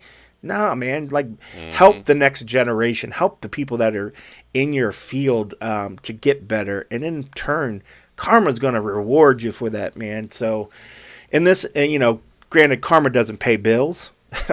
Better contracts and better other stuff does. But, you know, you would hope that collectively as a whole, the industry would start looking after the industry better. And I think once people understood that collectively they are stronger together when they do these better things, and it spreads out, and then like a little fire starting, once it goes, before you know it, I mean, that little bonfire becomes a huge fire, and then it flames everybody to get better, you know. But it's you know, one little thing, you know, you just never know what the catalyst is going to be. You know, it could be any of these times that they do something that could be. So you never know what could come from even this one, you know. But collectively as a whole, once I think fighters start working for the benefit, maybe it doesn't even mean to be a union right off the get-go, but start figuring out what you guys are doing that's working, and share that knowledge, and then watch it spread a little bit. And then eventually when everybody understands that maybe, hey, we're all in this together, then you actually will try to do something together, and then you will stand up for each other, and then you will get your union. You know, it's so interesting, right? I mean, John Jones obviously is frustrated right now. Francis Ngannou is frustrated right now. We'll see how long that lasts. But, you know, if John Jones hadn't given away the title, you know, and you had your light heavyweight champion and potential greatest of all time, and your heavyweight champion and scariest dude on the planet, and they're trying to make a fight, but they can't get it done, and that, you know, could they have been the catalyst working together instead of working against each other, you know, instead of saying, hey, man, why are you scared? Why are you running? Sign the contract. You know, if they had been able to come together behind the scenes, those two guys in particular, could they have been the catalyst? You know, and maybe they still could at this point. I don't know. You never know. You never know. You got to work together, though. You got to work together, even with people that you might think are your enemy, and even with people that you might need to punch in the face. You got to work with them. So we'll see. Interesting question. All right, Joe Lucenti. He says, look, Frank Shamrock is my all-time favorite fighter, and I've been asked how successful he would be in the modern MMA, and I think Frank could be anyone in the middleweight division, including Adesanya. Now, I'm not going to guarantee he would win every time, but he definitely would be highly successful. So my question to you guys is, what fighter in his prime from back in the early days of MMA could be successful or even a champion in today's MMA, especially with modern-day training and new skills that can be learned? And Joe said, and yes, I'm older than you guys. No, I'm not telling my age. Hey, it's okay, man. You could be a Frank Shamrock fan. The first UFC I ever went to was UFC 16. It was headlined by Frank Shamrock and Igor Zinoviev. So that was the very first UFC. So I'm a Frank Shamrock fan too. And you know what? I agree. Frank Shamrock was a guy that was kind of ahead of his time in a lot of ways, and I think he would be very successful in today's. Now, we're talking prime. We're not talking about right now, you know what I mean, at his age. But we're talking about a vintage, you know, Frank Shamrock I think could be successful in the modern era. And again, you're talking about especially with modern-day training and new skills that can be learned, because we've seen how fast this sport has gone. You know, you saw when Hoist came back to fight Matt Hughes, and Matt Hughes just absolutely dominated him. You know, you could see right there in front of your eyes how quickly the sport had evolved. So, you know, you got to say that they could, you know, they could evolve as well along with it. So, a couple names that popped in my mind when I started thinking about this. The first one that popped in my head Marco Huas. I think Marco Huas was a phenomenal athlete with a little bit of a mean streak, great skills, legendary in his toughness on the streets as well as in the cage. When he debuted in the UFC, he was already 34 years old. So I mean, not ancient by any stretch of the imagination, but not a young guy when he came to the UFC. So I think if you had gotten Marco Huas into real MMA training, in his early 20s or hell maybe even late teens, the way things are now, the guy had such an amazing skill set. I think Marco Huas would have been successful in today's modern era. I think Oleg Taktarov would have been. Man, that dude was just as durable as they come. Incredible grappling.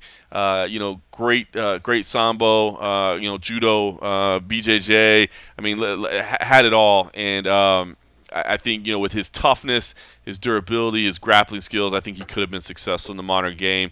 Don Fry was another one that came out. A guy that I think 31 when he made his MMA debut, but had a boxing background, had a wrestling background, had great athleticism. Again, toughness, durability, a little bit of a mean streak. Had a power stash. So those three. Yeah, and the stash. I mean, that's marketability right there, man. You're telling me.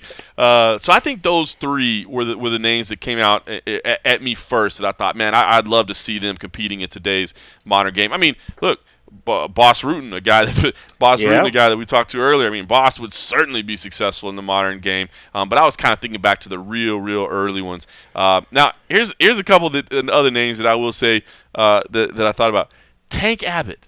Would Tank Abbott be successful in today's modern era? Now, listen, we're not talking about a phenomenally well-rounded fighter, but in the heavyweight division, having that one shot, kill strength that he had. I mean, he did have some defensive wrestling, but could knock people out in one division. And look, the heavyweight division, we always say that's a division that's not necessarily incredibly deep, right? And if you have that one shot power, Francis Ngannou is getting better and better, but he wasn't always a well refined fighter. You know what I mean? Now, granted, his physique looked a little bit different than Tank Abbott's, but he wasn't necessarily the most refined fighter. He was wild, but if he caught you, you were done. So a wild card there, Tank Abbott. Now, I'm not saying he would be the most well-rounded guy. I'm not saying he'd be champion, but I think his power would still translate to the modern game, and he would knock some people out. Now, he would definitely be a one-round guy where you're like, I just got to get past his first 5 minutes and we're good after that. But that one, and then a couple other names that I thought about as well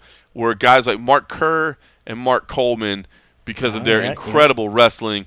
Although with both of them, now if we're in the modern era and the USADA era, maybe not so much. Maybe the USADA era might be a little tough for them. But I mean, those guys were next level wrestlers, and I do still think next level wrestling can still be very, very useful for you in MMA. So listen, I stole a bunch of names there, but those are the ones that stood out to me as far as early era guys.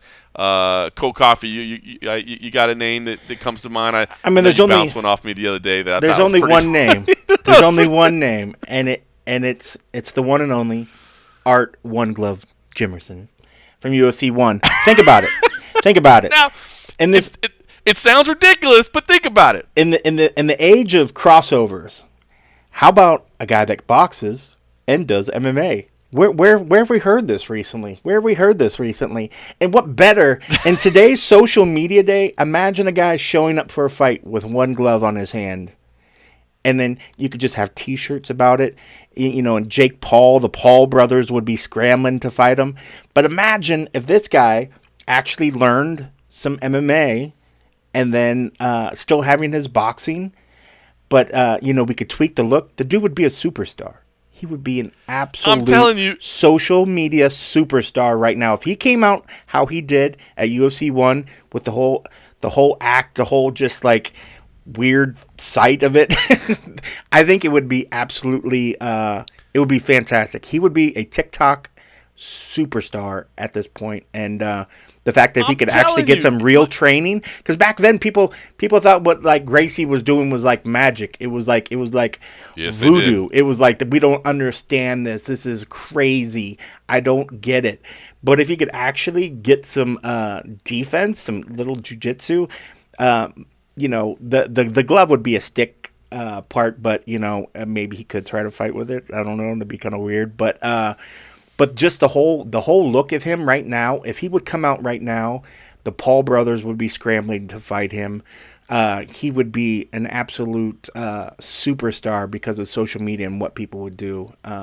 So I know that's not quite the best answer because it's not just about No, what he would transfer I for the it. skills, but he would be absolutely huge right now if he was in the MMA game It's right now. funny.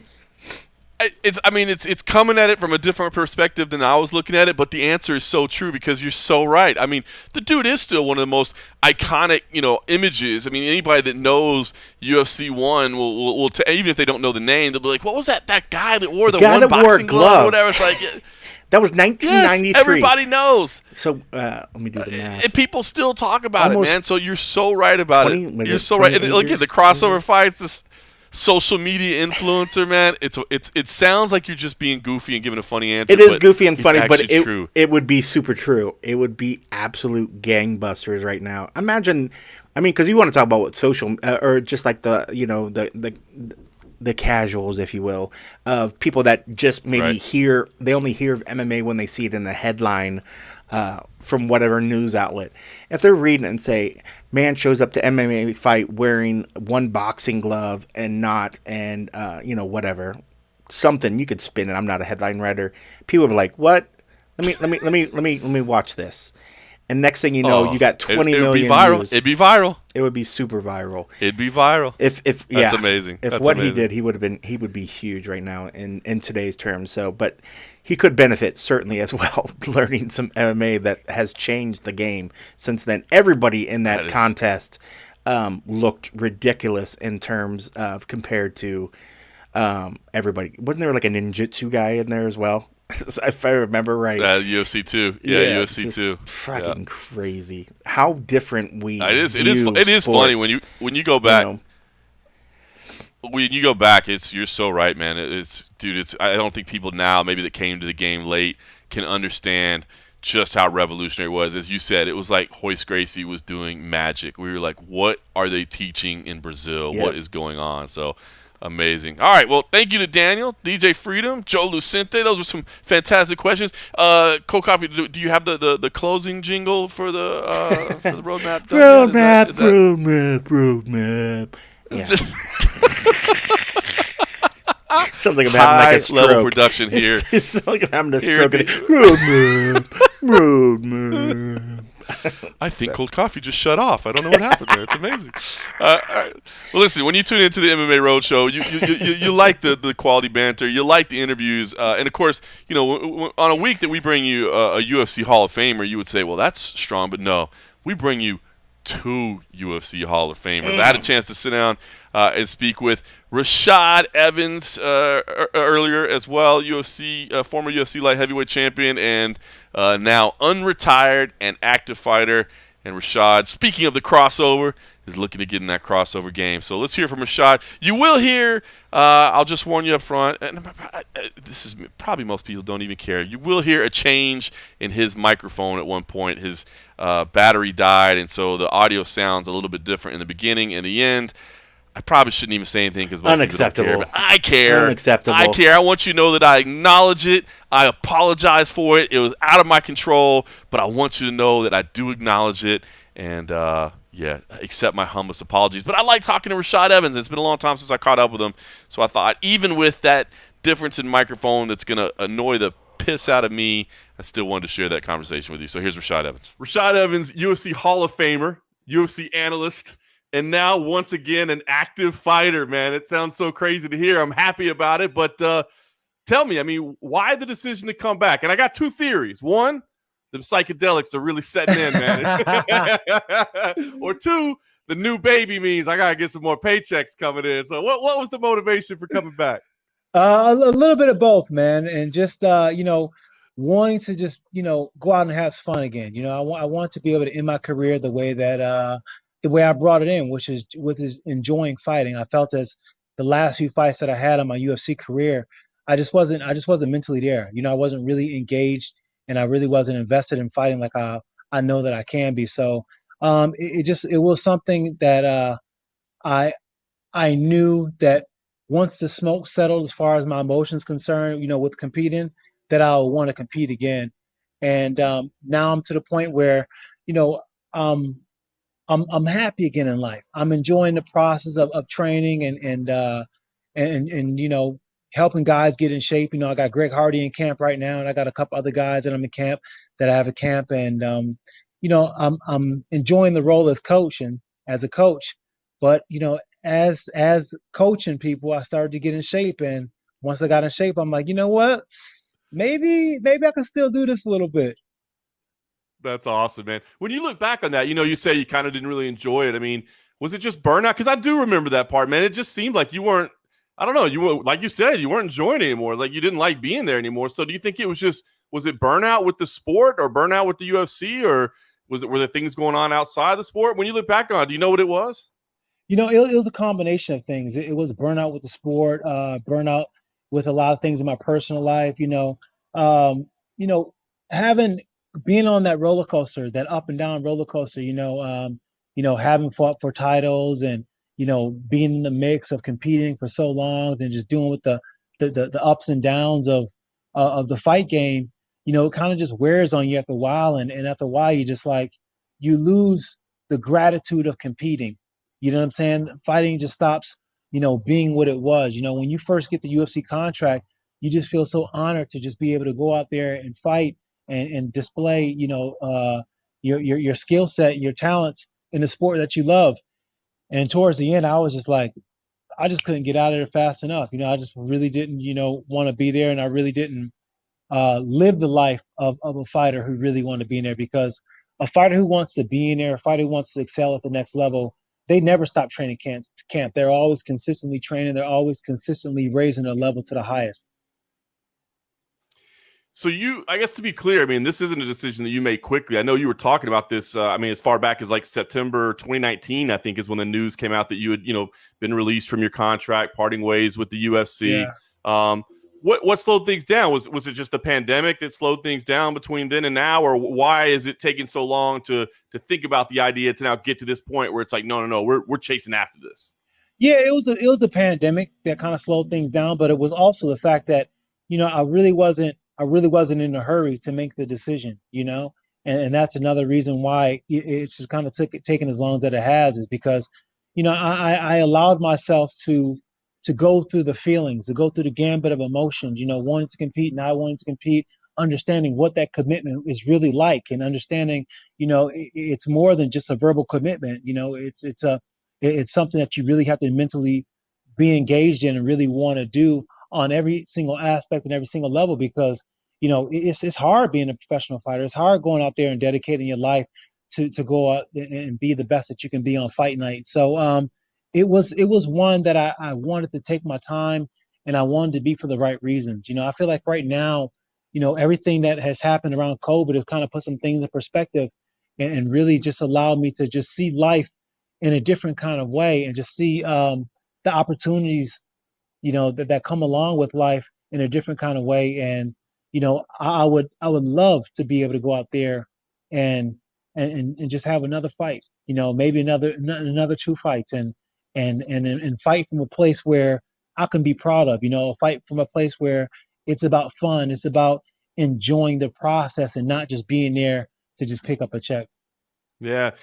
I guess I should ask, I mean, because boxing seems to be all the rage these days right now, right? I mean, everybody's crossing over. And, I know you're a wrestler growing up, but you got some hands. You may have had a knockout or two along the way. So are we talking an MMA fight, or are we talking a boxing match? I mean, we can be talking an MMA fight, but particularly speaking, I'm talking a boxing match right now. I would love to do one of these boxing matches, one of these celebrity boxing matches, particularly with Logan Paul. You know what I'm saying? I know that fight's on the table, and it's just a matter of Logan Paul wants to take it. But I put my hat in the I put my name in the hat, and we'll see what happens. We'll see if it's a challenge that he feels up for, because at the end of the day, if he fights me, it's going to be a fight. You know what I'm saying? All respect to the great Mayweather, but Mayweather was just playing. You know what I'm saying? He was playing around with him. He's he allowed Jake to look good. He allowed Jake to feel comfortable, but But if Jake comes against me, Jake gonna have to do some work, and I'm not sure if I'm not sure if he's for that, but we'll see. We'll see if he accepts this fight, then he's down and he's a lot tougher than I thought. But if he don't, then the party goes on. I'll find somebody else to dance with. I was gonna say, when you look at these guys, Logan Paul, Jake Paul, I mean, we're talking. I mean, you're a UFC Hall of Famer. When you look at these guys, are you thinking easy paycheck, let's go cash it in, or do you look at them and say, I'm actually kind of impressed with what they've done, because it does seem like they're taking the boxing seriously, even if the rest of it is kind of some shenanigans and such. I feel like I'm very surprised and I'm very impressed with what they've been able to do.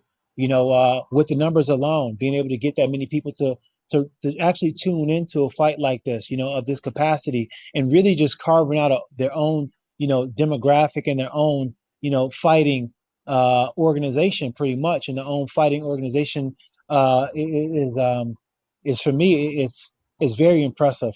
But at the same time, I don't think they are at the highest caliber, but they are tough. They are tough. I think Jake may be tougher than Logan, but at the same time, I still think that Logan has some intangibles that Jake doesn't have. I think that Logan's a bit stronger. I think Logan's a bit stronger. Has Yeah, I've been thinking about a couple of names. A couple of names came to mind. We were in talks with Roy Jones. We were talks with Logan Paul as well too. I don't know what's going to happen with the Roy Jones situation, but the Logan Paul is one that we're trying to get for September 9th, September 18th. We're trying to get a fight with Logan around that time.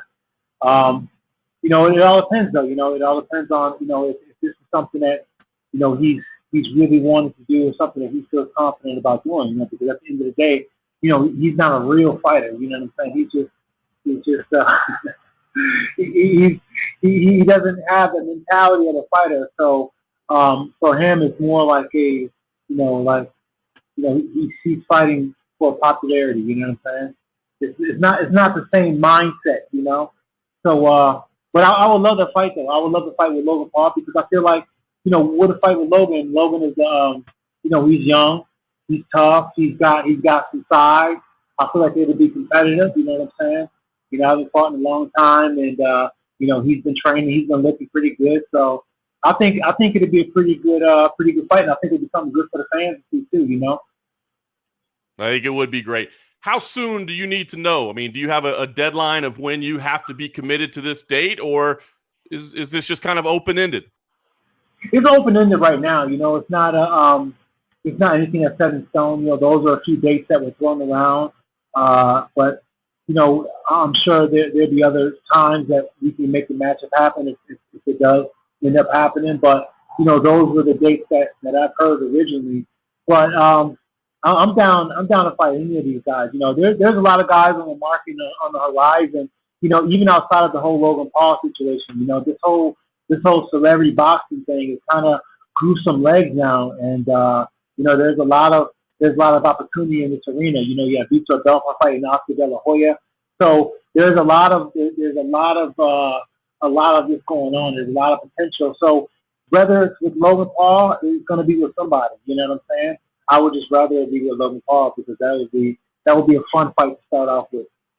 I like it. So how long do you think this run lasts? I mean, you said 1 or 2, but if you're boxing celebrities, maybe you could get out there a little longer, right? Yeah, that's what I'm saying. Like, I was thinking 1 or 2, but it's taking it fight by fight basis. At this point in my life, I feel like, John, everything changed. Like, ever since I stopped fighting in the UFC, I went through so much transformation. I changed my diet. My mindset's changed. Just with a lot of different things I experienced, as you mentioned before, the psychedelic path that I was on, you know what I'm saying? It's all these different things that just kind of give life a different perspective. And for me, I've never been more confident, never been more secure, and just wanting to compete and enjoy competing as such. You know what I'm saying? Without all of the strings that comes along with competing sometimes. When I first started competing, it was something that I loved to do. I would fantasize about it all the time, but towards the end, I just couldn't get away from it fast enough. You know, I just could not. It just was something I wanted nothing to do with anymore. But you know, since I've been on my journey and since I've been, you know, figuring myself out, figuring out what in life that I really want, I started to have a different outlook and started to have a different relationship with just the mindset of even wanting to compete in the first place. Do you think, and I often wondered about this, do you think it was the rivalries with Rampage and the rivalry with John Jones that made it like so unenjoyable for you? Do you think it was the rivalry with Rampage and the rivalry with John Jones that made it so tough for you? I mean, those were intense, like emotional rivalries. I mean, did that take a lot out of you?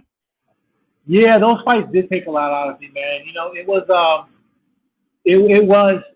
those fights, man. Those fights took a lot out of me, and you know, it was the rebuilding myself afterwards. You know what I'm saying? Like if I'm totally honest with myself, is you know, it was a mental defeat, and I just really had a hard time of just bouncing back on so many different aspects, because you can lose physically speaking, and then, you know, get your mind right, and then turn that around to be able to compete again. But you know, after I lost to John Jones, it really just took a long time for me just to find that will to want to compete again, you know, and find that stride that I once had. And then once the knee injury happened, it was another thing in a way too that kind of just took my confidence away, because being the smaller fighter, I had those big legs. Everything was my legs, you know, and it helped me move in and out of danger. It helped me take people down, and it was just my basis of Sugar Rashad Evans. And once I lost my legs, I lost my ability to bring the sweetness. You know what I'm saying? I wasn't out there being the better mover, being the most athletic fighter in the octagon. I wasn't being that fighter anymore. And once I stopped being that fighter anymore, I just became an average fighter. I appreciate your honesty there, man. Well, I got one question that I have to ask. What did your mom say? What did your mom say when you told her you were going to fight again? Surely she had something to say. Wait, Rashad, listen.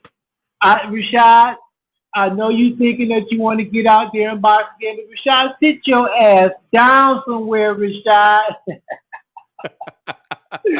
My mama told me to sit down somewhere, man. She said, Rashad, sit your ass down somewhere. But you know what? The last time my mama told me to sit my ass down somewhere, I became UFC World Champion.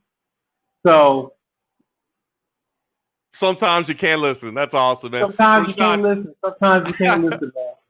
Well, Rashad, man, it's exciting to hear you're back. Obviously, man, we miss seeing you compete, and I look forward to seeing it again. Any last messages, thoughts you want out there for people that may think you're crazy, or they wondering what the hell you're doing?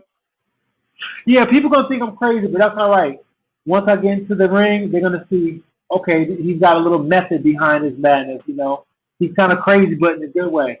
But, yeah, you know, I want to get this opportunity, man. And, you know, Logan Paul, hey, sign on the line, man. Let's make this happen. Let's see the fans what they want to see. Perfect. Can't say any better than that. Thank you, Rashad. It's good catching up with you, and I look forward to seeing the fight, man. Thank you, John. Take care, man. I appreciate you.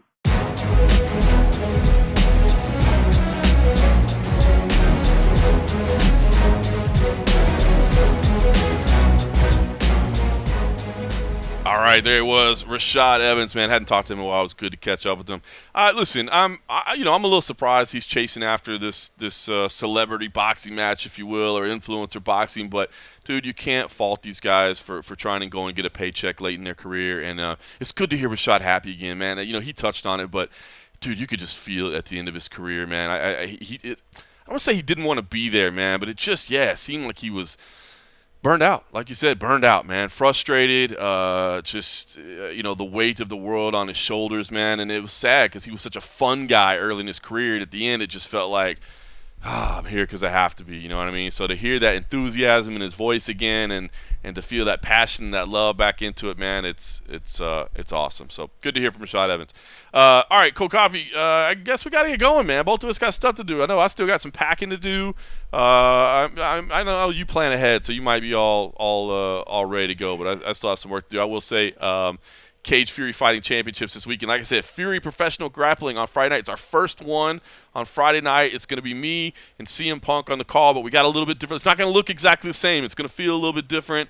We've talked about it on the phone. I've yet to see it in person yet, so I'm flying out tonight, but I'm excited about that. So tune in Friday for some professional grappling if you want, and then CFFC 98. Dude, we got a great card on CFFC 98. Evan Cutts versus Johan Lioness. Johan Lioness is the guy that had the 14-second flying knee KO. He's challenging for the title against Evan Cutts, who just had an absolutely grueling win over Basel Haves last time out to get the welterweight title. So that's that. Santo Curatolo, who I think will still be in the UFC at some point, former flyweight champ, lost his belt. He's got his first fight back. Solomon Renfro, this dude is amazing, and he says, I want to be the greatest of all time. He wants to box at some point in his career as well. So I'm telling you, some great fights on Saturday as well. But that's what I got going. Are you all packed up and good? Am I just slowing you down? Are you just hanging out and having more JMO for the rest of the afternoon? I am. I haven't packed yet, but I'm going to actually try to do the John Morgan trip this time, and I don't think I'm going to check a bag. I think I'm just going to bring my carry-on that's going to have my laptop, and I think I'll bring a small duffel bag just with stuff, just because I'm only there for a matter of days. So I think I'm going to try to make it a little bit shorter and quick. But you forgot to mention your favorite part about the Fury grappling production. What is that? You're going to get to wear shorts. Yeah, I was gonna say that. It is the best part, man. It's so great. Rob Hadak, the president, he's kind of rolling this out to us. He's like, "Hey, I got this idea. What do you guys think about it?" And he's like, "I'm thinking for the grappling, we have a different vibe. We're not going to sit you at a desk and make it all formal. We're going to do it a little more casual. Make just kind of a seated area, but you guys can kind of hang out a little bit." He was like, and I don't want you guys wearing suits. He's like, grappling just doesn't feel like a thing where you wear suits. He's like, "Are you just guys come and wear whatever you want." And I was like, "Whoa, I can wear t-shirt and shorts. Is that cool?" He's like, "Yeah, man. Just put." I'm like, "You're like, sign me up. I'm there." You're gonna pay me to talk about combat sports, and I don't even have to put this stupid suit on that I hate putting on. I'm like, yes. He even said, I don't even care if you have a little rocks glass there beside you. He's like, if you want that, shit. I was like, no. I said no. I still gotta keep to some level of professionalism, man. You're gonna be like the Oscar De La Hoya, just drunk and rambling on the thing. You're just like, well, fellas, I don't know what he's doing right there, but it looks stupid. We're going to be like Triller, but also totally not like Triller, basically. We're going to be a little more casual. Yeah, I'm looking forward to it. But good on you, man. I have not checked a bag in I don't know, man, 12 years, 13 years, except when I had to go to Fight Island. And why was that? For 5 weeks at a time. Why was that? You wanted more clothes. Oh, you just wanted to bring more clothes because it's so long. Yeah. No. That was part of it. Was the idea of having more clothes, but we also had access to washing machines. So really, you could just keep washing your clothes over and over. But see, the problem is the 1.75 liter bottles of vodka that I was packing in my bags. You can't carry those on. Even when it's a chartered shuttle, they make you pack those underneath. So that's funny. Yeah, no, I'm stoked. It keeps it real. Yeah, I'm stoked to be pack light and quick, man. So I'm looking forward to, and partially too because of when I get back on Tuesday, that window to make it over to the rapid testing is going to be very, very short. So I think my flight lands around 5 o'clock. The window shuts around 6 or 7, I think. So that was another reason why I was like, okay, don't pack don't check a bag. So fingers crossed. Fingers crossed, no delays. Like you said, Yeah. it's a busy one next week. UFC 264. Look, man, it's a big fight for Conor. I mean, anytime Conor fights, it's a big fight, but it's a big fight. The trilogy, there's so much built up in that. It's a big one for Conor McGregor. We'll talk about all that next week. Look, the Nate Diaz fight's always going to be there, so I'm not saying if he loses here, he doesn't fight again. He definitely cashes in one more time with that Nate Diaz fight. But in terms of what's available in the future and championships and big fights, man, this is a big one for Conor McGregor. So looking forward to that. But yeah, we'll cover all that next week. In the meantime, everybody enjoy the weekend. Be safe. Obviously, Independence Day weekend, alcohol and fireworks. Enjoy them, but enjoy them all responsibly because they go great together. But this seems to be a week when dumb stuff happens. So be very, very careful out there. Be safe. Everybody enjoy it. We'll talk to you next week. Thanks for listening.